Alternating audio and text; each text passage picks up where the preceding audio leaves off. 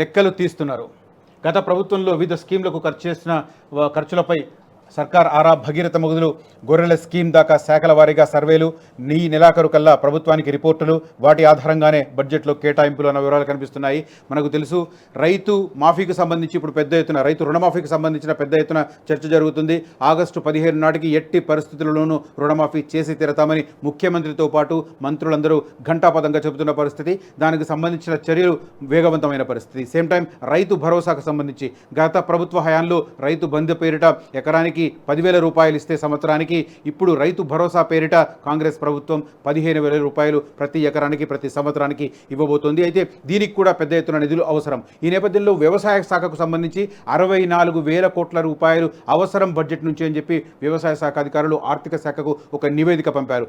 Same time గత ప్రభుత్వంలో కొన్ని దుబారాలు జరిగాయని కూడా కాంగ్రెస్ నాయకులు గతం నుంచి ఆరోపిస్తున్నారు. ఇప్పుడు మంత్రులు అయిన వారు కూడా కొంతమంది మాట్లాడుతున్న పరిస్థితి. ఈ దుబారా ఎక్కడెక్కడ జరిగింది, ఎలా నిధుల మళ్లింపు జరిగింది అనే విషయంలో ఇప్పుడు ఈ ప్రభుత్వం దృష్టి సారించింది. దీంట్లో మనం 2 అంశాలను దృష్టిలో పెట్టుకోవచ్చు. ఒకటి, నిధులకు సంబంధించి దుర్వినియోగం అవుతున్న నిధులను కట్టడి చేయడం, ఆర్థిక పరమైన వనరులను కాపాడుకోవడం ఒక ఎత్తు. రెండొక వైపు దీంట్లో రాజకీయ కోణం అర్థం చేసుకోవాలి. దాంట్లో గత ప్రభుత్వ హయాంలో ఎక్కడెక్కడ లొసుగులు జరిగాయి, ఎక్కడెక్కడ అవకతవకలు జరిగాయి అనే దాన్ని బహిర్గతం చేయడం. 2 అంశాలను దృష్టిలో పెట్టుకొని ఈ చర్యలు తీసుకున్నట్టుగా మనం అర్థం చేసుకోవాలి. ఫస్ట్ టైం దీనికి సంబంధించి అంటే అవకతవకలను అరికట్టడం ద్వారా నిధులను కాపాడుకోవడం, దాన్ని వీళ్ళు ప్రతిపాదిస్తున్న హామీలను నిలబెట్టుకునే దిశగా ఆ నిధులను వాడుకోవడం అనేది ఒకటైతే, రెండోది గత ప్రభుత్వంలో అవకతవకలు జరిగాయని రాజకీయ పరంగా కూడా దాన్ని హైలైట్ చేయడం ఇంకొక ఉద్దేశంగా చెప్పుకోవచ్చు.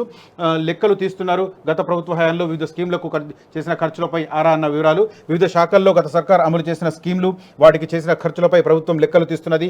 ఏ స్కీమ్లో ఎలాంటి అక్రమాలు జరిగాయి, ఆ స్కీమ్లు లబ్ధిదారులకు ఏ మేరకు ఉపయోగపడ్డాయి, వాటి ప్రస్తుత పరిస్థితి ఏమిటి, వాటిల్లో ఎలాంటి మార్పులు చేసి కొనసాగిస్తే ప్రజలకు మేలు జరుగుతుంది అనే దానిపై వివరాలు సేకరిస్తున్నది. ఇందులో భాగంగా క్షేత్రస్థాయిలో ఆఫీసర్లతో సర్వేలు చేయించి రిపోర్టులు తెప్పించుకుంటున్నది.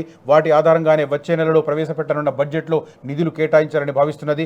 Machine Bhagiratha, Harithaharam, double bedroom ఇల్లు, గొర్రెల పంపిణీ, కళ్యాణ లక్ష్మి తదితర స్కీమ్లు ఏ విధంగా అమలు చేశారు, వాటి గైడ్ లైన్స్ను ఎలా మార్చాలి అనే దానిపై ప్రభుత్వం కసరత్తు చేస్తున్నది. క్షేత్రస్థాయి రిపోర్టులు అందగానే నిధుల కేటాయింపుపై అంచనాకు రావడంతో పాటు స్కీమ్ల పేర్లు, విధి విధానాలు మార్చనున్నది. ఈ నెలాఖరు కల్లా రిపోర్టులు ప్రభుత్వానికి అందనున్నట్టు తెలుస్తుంది అన్నది క్లియర్ కట్గా కనిపిస్తుంది ఇక్కడ ప్రభుత్వ ఉద్దేశం.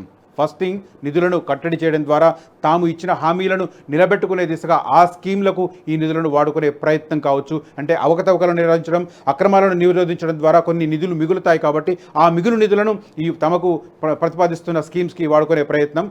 అట్ ద సేమ్ టైం అవకతవకలను ఎండగట్టడం ద్వారా, వెలికి తీయడం ద్వారా, ఈ రిపోర్టులను బహిర్గతం చేయడం ద్వారా గత పాలకులను కూడా ఒక రకంగా టార్గెట్ చేయడం అనేది కనిపిస్తుంది. ఇక్కడ పొలిటికల్ ఇంట్రెస్ట్ అండ్ ప్రభుత్వం ఇంట్రెస్ట్ రెండు కలిపి ఈ చర్యకు పూనుకుంటుందని మనం అర్థం చేసుకోవచ్చు. అసలైన తొలి వెలుగు. ఫాలో వాట్సాప్ @తొలి వెలుగు official.